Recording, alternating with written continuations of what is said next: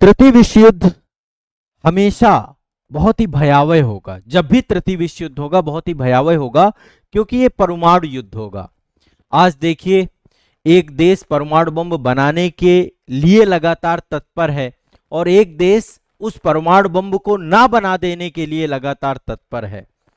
आज इजराइल और ईरान के बीच में जो संघर्ष है, वैसे देखा जाए तो इसका इतिहास बहुत पुराना है, संघर्ष आज का नहीं है, दोनों के बीच में बहुत सारे मतभेद हैं, लेकिन परमाणु बम बनाने की होड़ ने इस युद्ध को जन्म दिया है और इसी कारण से पूरा का पूरा मध्य पूर्व जल रहा है। पूरी दुनिया लगातार इस उम्मीद में लंबे समय से चल रही है कि युद्ध रुकेंगे, यूरोप में जो हालात हैं या पश्चिमी एशिया में जो हालात हैं समय के साथ सही होंगे, लेकिन इस सही होने की जगह पे लगातार स्थितियां खराब होती जा रही हैं। इजराइल ने सबसे पहले ईरान के सैन्य और न्यूक्लियर ठिकानों पर निशाना बनाया, काफी सारे लोग वहां पर मारे गए, सैन्य अधिकारी भी मारे गए। जवाब में ईरान ने भी बैलिस्टिक मिसाइलों की बौछार कर दी है। अमेरिका ने इस युद्ध में अभी तक इजराइल को डिफेंसिव मदद की है। आगे अमेरिका का क्या कदम होगा उसे हम देखेंगे। यानी कि इस पूरे युद्ध के बैकग्राउंड में अमेरिका जरूर है, यह ध्यान रखिएगा। इस युद्ध के बैकग्राउंड में अमेरिका है। डिफेंसिव मदद के साथ साथ लगातार, डिफेंसिव मदद का मतलब समझिएगा, ईरान की मिसाइलों को इंटरसेप्ट करना, है ना, कैसे ईरान हमला कर रहा है, उसकी क्या रणनीति है, कैसे इजराइल को प्रोटेक्ट करना, इन सब पे अमेरिका लगातार पिछले लंबे समय से काम कर रहा है। क्योंकि पहले इजराइल हमास के साथ युद्धरत था और अब हमास के साथ छोड़ करके सीधा सीधा एक कंट्री के साथ, अभी देखिए औपचारिक युद्ध की घोषणा नहीं हुई है दोनों देशों के बीच में, लेकिन यह युद्ध अब विस्तार लेगा, ऐसी पूर्ण संभावना देखने को मिल रही है। ठीक है, अब यहां पर एक चीज और मैं आपको बताऊं, दोनों देशों के राष्ट्राध्यक्षों पर भी निशाना लगाया जा रहा है। इजराइल के पास ईरान के जो सर्वोच्च नेता हैं जिनका नाम है आयतुल्लाह अली खेमेनेई, उसको मारने का मौका था, ऐसा अभी मीडिया में बहुत सारी खबरें चल रही हैं। लेकिन अमेरिकी राष्ट्रपति डोनाल्ड ट्रंप ने इस योजना का विरोध किया, रोक लिया गया, ऐसी बहुत सारी बातें आप सुन रहे होंगे। एक्चुअल में स्थिति काफी खराब है। एक बार समझने की कोशिश करिए। एक ऑपरेशन चालू करता है इजराइल, ऑपरेशन राइजिंग लायन। यह ऑपरेशन ईरान के खिलाफ था, ठीक है। उसके जवाब में अभी ईरान ने भी एक ऑपरेशन चालू कर दिया है। अब इसके द्वारा कौन सा ऑपरेशन चालू किया गया है मैं एक बार आपको समझाता हूं। ईरान ने ऑपरेशन चालू किया है operation true promise 3। Operation true promise 3 ये ईरान के द्वारा चालू किया गया ऑपरेशन है। ऑपरेशन राइजिंग लायन जो है इजराइल के द्वारा चालू किया गया है। अल्टीमेट उद्देश्य एक ही है, इजराइल ये चाहता है कि ईरान परमाणु बम ना बनाए। यदि ईरान परमाणु बम बनाएगा, देखिए इजराइल के पास परमाणु शक्ति है। इजराइल, अच्छा, ईरान ने एनपीटी में साइन कर रखा है, नाभिकीय अप्रसार संधि जो आपकी है उसमें ईरान ने साइन कर रखा है। उसके बावजूद भी ये कदम निश्चित तौर पर उस संधि का उल्लंघन है। दूसरी तरफ अब पूरे विश्व में परमाणु युग को समाप्त करना है। शांति के लिए परमाणु का उपयोग हो वो चलेगा, लेकिन हथियार के तौर पे परमाणु का उपयोग निश्चित तौर पे बहुत ही, अब चूंकि आप देखिए इतने कॉन्फ्लिक्ट हैं देशों के, ईरान का आसपास जितने भी देश हैं, पाकिस्तान से भी उसकी नहीं बनती है। हालांकि आपने सुना होगा कि पाकिस्तान कह रहा कि मैं ईरान का साथ दूंगा, मैं परमाणु बम, यदि कोई भी आगे गतिविधि बड़ी होती है तो मैं भी परमाणु बम उपयोग करूंगा। बाद में वो इससे पीछे हट गया, जो कि उसकी हमेशा एक, तो ईरान की पाकिस्तान से अच्छे रिलेशन नहीं है। टर्की वहीं पर है, आपको पता है टर्की लगातार ये पूरी तरीके से पाकिस्तान का सपोर्ट करता रहता है, पाकिस्तान के साथ जुड़ा रहता है।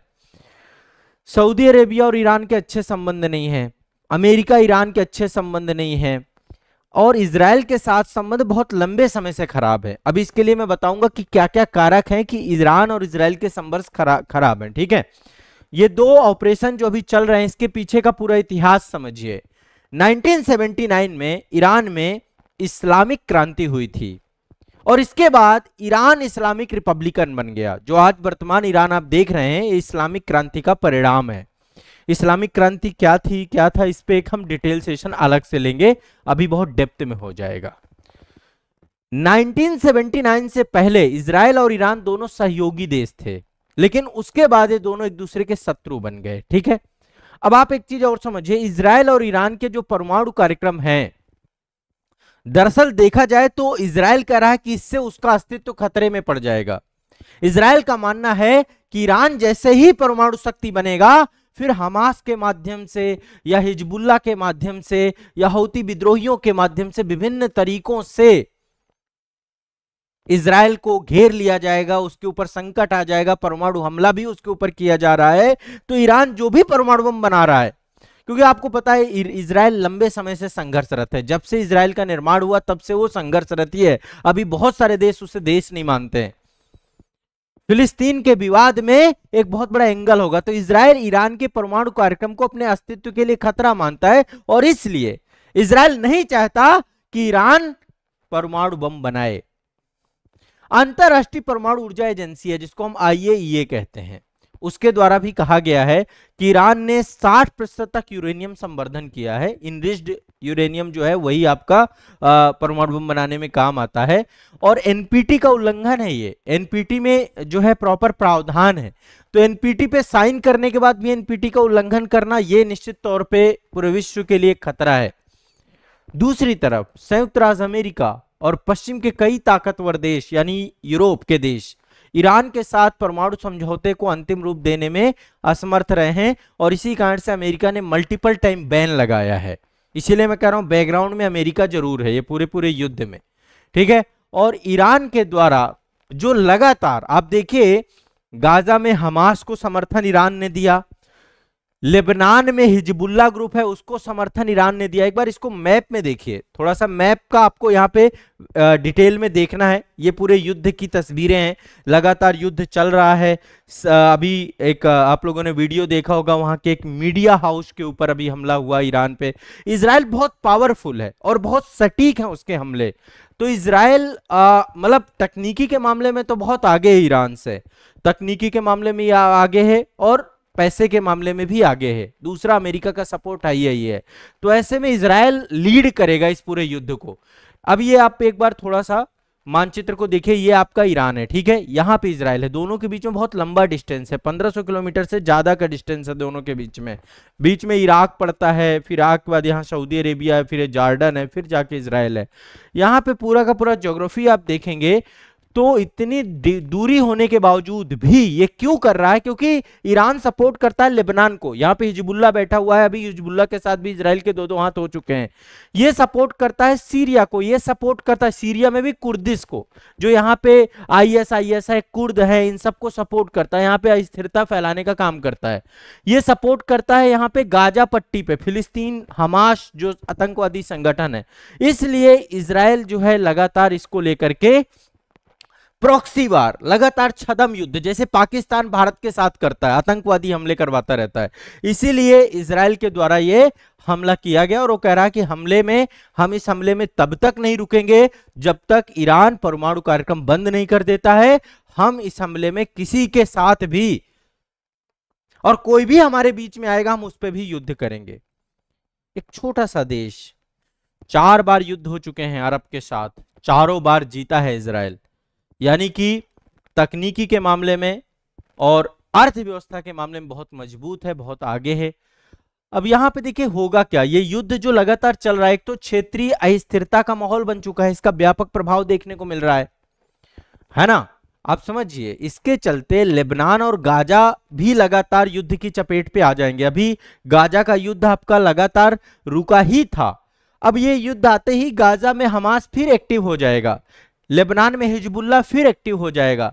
तो अगेन पूरा का पूरा ये फिलिस्तीन क्षेत्र और लेबनान क्षेत्र स्थिर हो जाएगा। संभवतः जॉर्डन ने भी अभी यहाँ पे हवाई क्षेत्र को बंद कर दिया गया पूरी तरीके से।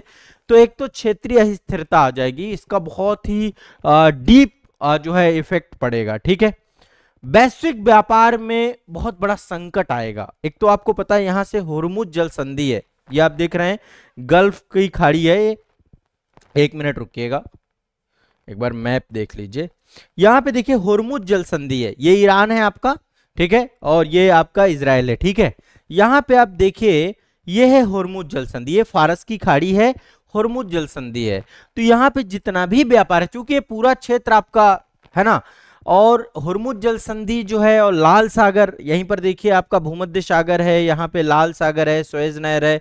तो यहाँ पे पूरा जो ट्रेड चल रहा है, जब ये दोनों क्षेत्र शांत हो जाएंगे तो निश्चित तौर पे इस क्षेत्र के पूरे जहाजों के आवागमन को प्रभावित करेंगे। ठीक है, और जब ये प्रभाव होगा, ये आपको पता है पूरा ऊर्जा क्षेत्र है, ईरान में एनर्जी है। ठीक है, ऊर्जा सुरक्षा खतरे में पड़ जाएगी। भारत का अधिकांश कच्चा तेल यहीं से आता है, भारत की ऊर्जा सुरक्षा यहीं से पूरी होती है। तो एक तो ऊर्जा संकट पैदा हो जाएगा, दूसरा चीजें महंगी हो जाएंगी। आप सोचिए, यदि ऊर्जा महंगी हो जाए, डीजल पेट्रोल महंगा हो जाए, उसके कारण से हर चीज पर इफेक्ट पड़ता है। ट्रांसपोर्टेशन सबसे आधारभूत चीजें होती हैं। ठीक है, दूसरा जो कनेक्टिविटी है, यदि ये पूरा क्षेत्र अशांत हो रहा है बड़े स्तर पे, ये युद्ध लंबा जाता है। देखो, युद्ध का कोई अंत नहीं होता। हमारे प्रधानमंत्री जी अभी इस समय साइप्रस की यात्रा में, साइप्रस के बाद अभी कनाडा में हैं। प्रधानमंत्री जी ने भी कहा कि अभी साइप्रस में जब वो अपना संबोधन कर रहे थे तो उन्होंने कहा मैं चिंतित हूं, पश्चिम एशिया और यूरोप में जो मामला चल रहा है, क्योंकि ये युद्ध का युग नहीं है, ये संवाद का युग है। मामलों को संवाद के माध्यम से सुलझाया जाना चाहिए। उस मानसिकता के साथ दोनों देशों को आगे बढ़ना पड़ेगा, तब जाकर चीजें सुधरेंगी। तो अब उस डायरेक्शन पे दोनों देश नहीं सोच पा रहे। देखिए, ऑपरेशन सिंदूर, अभी भारत भी आपको पता है कि किस हालात से गुजरा है। पाकिस्तान ने लगातार जिस तरीके से हमारे देश में आतंकी हमले करवा रहा, तो भारत ने भी अभी ऑपरेशन सिंदूर चलाया। ये क्षेत्र भी पूरी तरीके से अशांत था, है ना। बगल में पाकिस्तान से सीमा साझा करता है ईरान। अभी पाकिस्तान ने अपनी बॉर्डर्स बंद कर दी हैं, तो पाकिस्तान देखिए बीच में फंसा हुआ है। उधर ईरान अभी संकट में आ गया, इधर भारत के साथ उसका युद्ध चल रहा था। तो पाकिस्तान के आसपास पूरा ही अशांत हो चुका है। और हमारा बहुत दूरी नहीं है ईरान से, हमारे ईरान से संबंध अच्छे, हमने निवेश कर रखा है। 10,000 से ज्यादा भारतीय वहां पर है ना। चाबहार पोर्ट पे भारत का निवेश है, और भारत के लिए ईरान बहुत इंपॉर्टेंट है। प्राचीन संबंध है, हमारे हिस्टोरिक संबंध है। दूसरा, मध्य एशिया के लिए पूरा अल्टरनेटिव रूट है, क्योंकि पाकिस्तान के साथ हमारे अच्छे रिलेशन नहीं है। यदि हमें पश्चिम एशिया और मिडिल ईस्ट जाना है तो ईरान ही एक माध्यम है। तो ये पूरा क्षेत्र से कनेक्टिविटी बाधित हो जाएगी। कनेक्टिविटी ही नहीं बाधित होगी, जो इस क्षेत्र में जहाज हैं या हवाई जहाज हैं, उनका रूट पूरा महंगा, क्योंकि हवाई क्षेत्र बंद हो चुका है।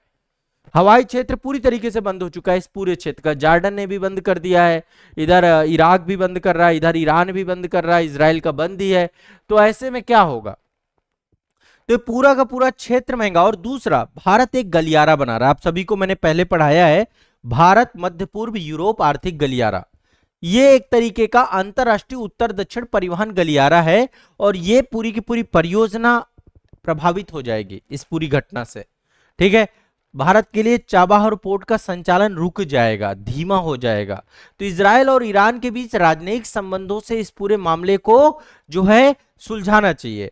अभी एक चीज और समझिएगा, यहां पे एक चीज मैं और आपको समझाता हूं। भारत के दोनों ही अच्छे मित्र हैं। हमारी जो मित्रता इजराइल के साथ है, वही मित्रता ईरान के साथ है।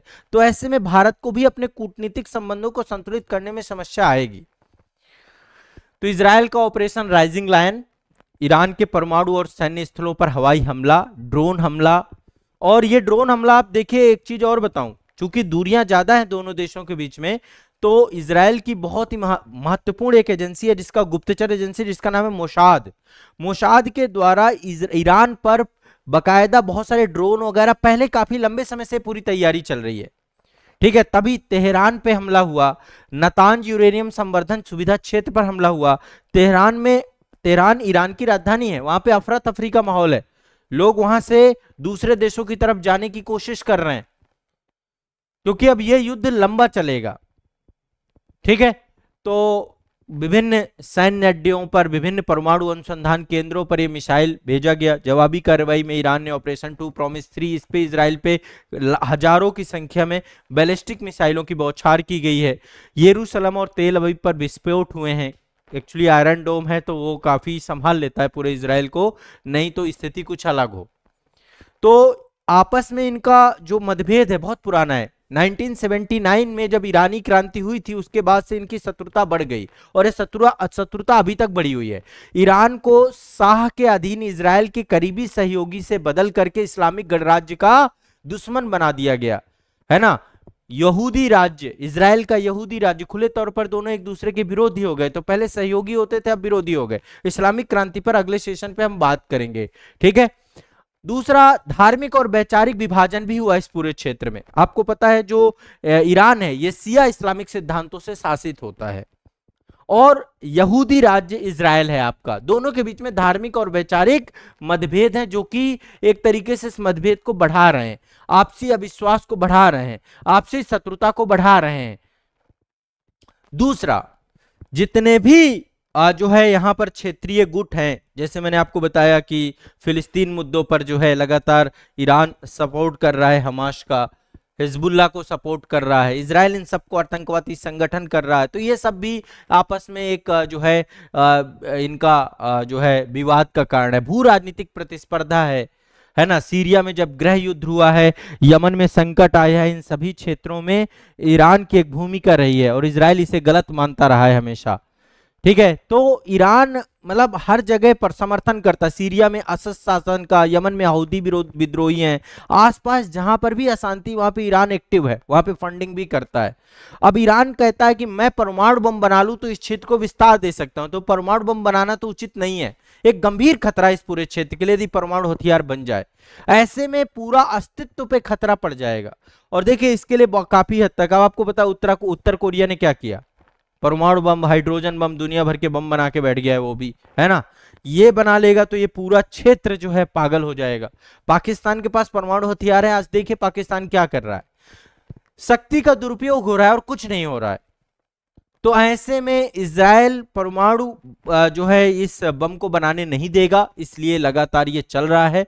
ये आपको दिमाग में बैठा के रखना है, ये पूरा मुद्दा है। अभी आप टीवी और मीडिया में देखेंगे वहां थर्ड वर्ल्ड वार करा चुके हैं वो लोग। हाँ, एक चीज और, ये एक कारक बन सकता है, एक फैक्टर बन सकता है। जब भी विश्व युद्ध हुए हैं, चाहे आप प्रथम विश्व युद्ध और द्वितीय विश्व युद्ध दोनों का हिस्ट्री पढ़ेंगे, तो विश्व में विभिन्न क्षेत्र शांत थे और वो माहौल वर्तमान में चल रहा है। 2025 में खड़े हैं हम लोग। द्वितीय विश्व युद्ध समाप्त कब हुआ था? 1945 में।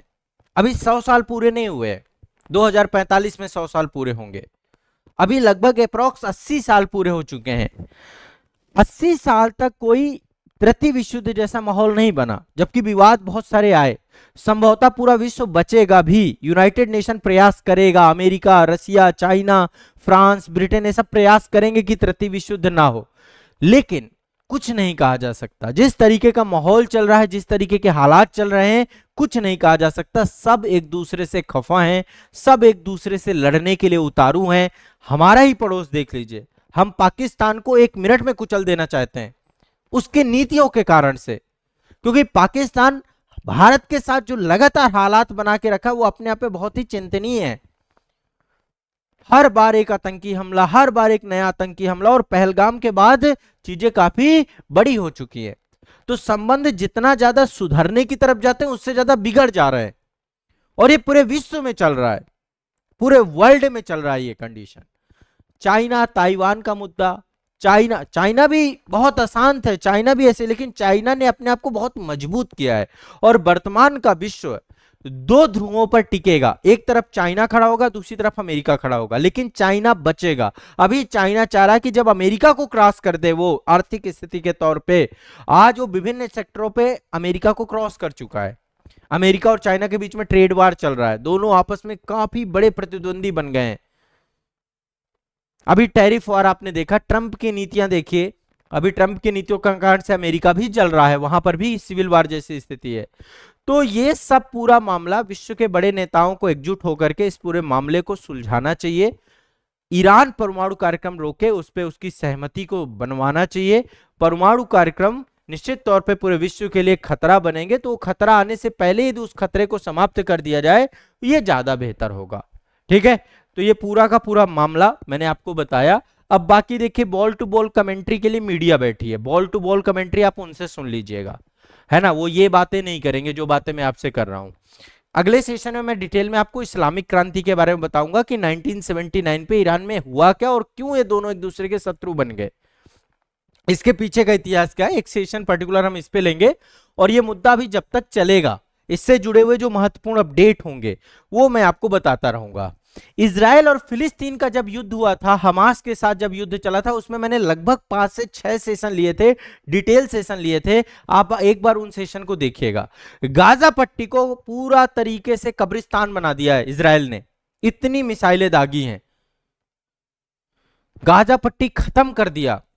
हमास लगभग बहुत कमजोर हो चुका है, पूरी तरीके से खात्मा तो हमास का नहीं हो, लेकिन कमजोर हो चुका है। अब उस संगठन की स्थिति नहीं है कोई इस युद्ध में सम्मिलित हो पाए। हिजबुल्लाह की हालत भी खराब कर दी है। तो इजराइल जब हमले करता है तो बहुत तीव्र हमले करता है, फास्ट, वो तोड़ देता है, बहुत ज्यादा टाइम नहीं लगता लगातार, ठीक है। और उसके पास उसका डिफेंसिव सिस्टम बहुत मजबूत है, साथ में अमेरिका खड़ा है, पैसे फंडिंग की कोई दिक्कत नहीं है तो छोटा सा देश, ठीक है। तो इस मुद्दे पर हम आगे डिटेल में चर्चा करेंगे। कोशिश करिएगा मीडिया वगैरह मत देखिएगा, टीवी मत देखिएगा। मेन स्ट्रीम मीडिया में थर्ड वर्ल्ड वार चलेगा, वहां पे सायरन होंगे, कोई चीख रहा होगा, कोई चिल्ला रहा होगा, और ये हो गया अब तक की बड़ी खबर, ब्रेकिंग न्यूज, इन सब के चक्कर में आप अपना टाइम खराब करेंगे। इसलिए आप मीडिया में वो चैनलों को देखने से बचिए जो हो हल्ला ज्यादा मचाते हैं। आज के टाइम पे न्यूज नहीं रह गई, हल्ला बन चुकी है, टीआरपी का खेल हो चुका है। सुकून से, शांति से मुद्दे को समझिए और इस मुद्दे के क्या प्रभाव हो सकते हैं। अभी देखिए लगभग 10,000 भारतीय यहाँ पर फंसे हुए हैं ईरान में, और उन्हें विभिन्न रास्तों, क्योंकि हवाई मार्ग बंद हो चुका है, तो ऐसे में बगल में अजरबैजान है ना, कैस्पियन सागर के साथ सीमा साझा करता है ईरान भी आपका, वहीं पे अजरबैजान है, या इधर अफगानिस्तान है, जो भी भारत के, पाकिस्तान के साथ हमारे रिलेशन वैसे भी अच्छे नहीं है। तो अब इन भारतीयों को भारत लाना, ये भी भारत के लिए एक बड़ी चुनौती है। तो भारत भी इस समय इन चुनौतियों का सामना कर रहा है। हमारे प्रधानमंत्री जी अभी G7 शिखर सम्मेलन को कनाडा गए हुए हैं, है ना, वहां पर भी आपको पता है कि एक भारत के लिए एक बहुत ही बड़ा मुद्दा, जो यहाँ पे खालिस्तान का मुद्दा समय समय पर उभरता रहता है, उससे जुड़ी हुई खबरें भी आ रही। मैं उस पर एक अलग सेशन लूंगा, बताऊंगा आपको, ठीक है। तो इस टॉपिक को अभी यहीं तक रखेंगे, बाकी आगे टॉपिक हम और भी डिस्कस करेंगे। चीजों के नोट्स बनाते हुए चलिए और अपनी राय भी कमेंट सेक्शन में बताइए।